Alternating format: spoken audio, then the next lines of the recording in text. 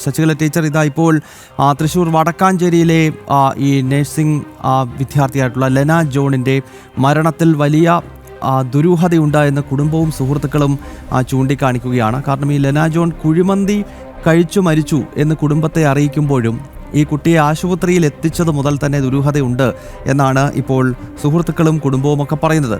Teacher എങ്ങനെയാണ് പ്രതികരിക്കുന്നത്? കാരണം ഇതൊരു ബ്ലാക്ക് മെയിൽ ജിഹാദ് പോലത്തെ ഒന്നാണ് എന്ന വിമർശനമാണ് ഈ ഘട്ടത്തിൽ ഉയരുന്നത്. തീർച്ചയായും ആ കേസ് നമുക്ക് കേൾക്കുമ്പോൾ, കാരണം കുഴിമന്തി കഴിച്ചു മരിച്ചു എന്നൊക്കെ പറയുമ്പോൾ കൂടെ കഴിച്ചവർക്ക് യാതൊന്നും പറ്റിയിട്ടില്ല.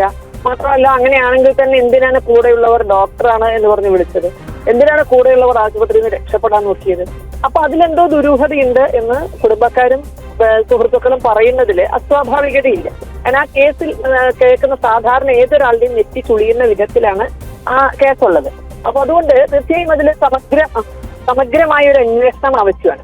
ഇവിടെ ലവ് ജിഹാദ് ഇല്ല എന്ന് നമുക്ക് നെറ്റിയിൽ എഴുതി ഒട്ടിക്കാൻ വേണ്ടിയിട്ട്, അല്ലെങ്കിൽ ഒരു പോസ്റ്റർ വെക്കാൻ വേണ്ടിയിട്ട് ഇത്തരം യാഥാർത്ഥ്യങ്ങളെ നമുക്ക് എത്ര കാലം തമസ്കരിച്ചുകൊണ്ട് മുന്നോട്ട് പോകാൻ പറ്റും? എത്ര കാലം നമുക്ക് ഇതാണ് കേരള സ്റ്റോറി എന്ന് പറഞ്ഞുകൊണ്ട് മറ്റെന്തെങ്കിലുമൊക്കെ കാണിച്ച് സമാജത്തിന് മുന്നിൽ നിൽക്കാൻ സാധിക്കും? അതുകൊണ്ട് തീർച്ചയായും ഇവരും രക്ഷിതാക്കളാണ്. ആ രക്ഷിതാക്കളുടെ വേദനയ്ക്ക് പരിഹാരം ഉണ്ടാക്കിയേ പറ്റൂ. അത് സമഗ്രമായി അന്വേഷിക്കണം.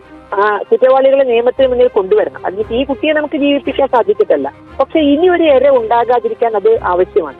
ഇതിപ്പോ നമ്മൾ വീട്ടുകാരും അനുഭവസ്ഥരും അല്ലെങ്കിൽ ഇതിൽ ഇടപെടുന്ന ഹൈന്ദവ സംഘടനയുടെ ആളുകളും ബന്ധുക്കളും ഒക്കെ പറയുമ്പോഴും കേരള സർക്കാരിന്റെ ഭാഗത്തു നിന്നുള്ള ഒരു നിസ്സംഗത, അല്ലെങ്കിൽ അതല്ല എന്ന് സ്ഥാപിക്കാനുള്ള ഒരു എന്താ പറയുക, അവർ അത്തരത്തിലുള്ള ഒരു പരിശ്രമം, ഇത് കാരണം സമാജത്തിലേക്ക് വേണ്ട വിധത്തിൽ ഇതിന്റെ ഒരു ഭീഷണി എത്തുന്നില്ല. സാധാരണക്കാരന് മനസ്സിലാകുന്നില്ല ഇതെന്താണ് എന്നുള്ളത്. അതുകൊണ്ട് തീർച്ചയായും അതിന് പറ്റുന്ന വിധത്തിൽ ഇത് ഇനി ഒരു ഇര ഉണ്ടാകരുത്. ആ നിലയിൽ ഈ കേസ് സമഗ്രമായി അന്വേഷിക്കുകയും കുറ്റവാളികളെ ശിക്ഷിക്കുകയും. വളരെ നന്ദി ശശികല ടീച്ചർ ഈ ഘട്ടത്തിൽ പ്രതികരിച്ചതിന്.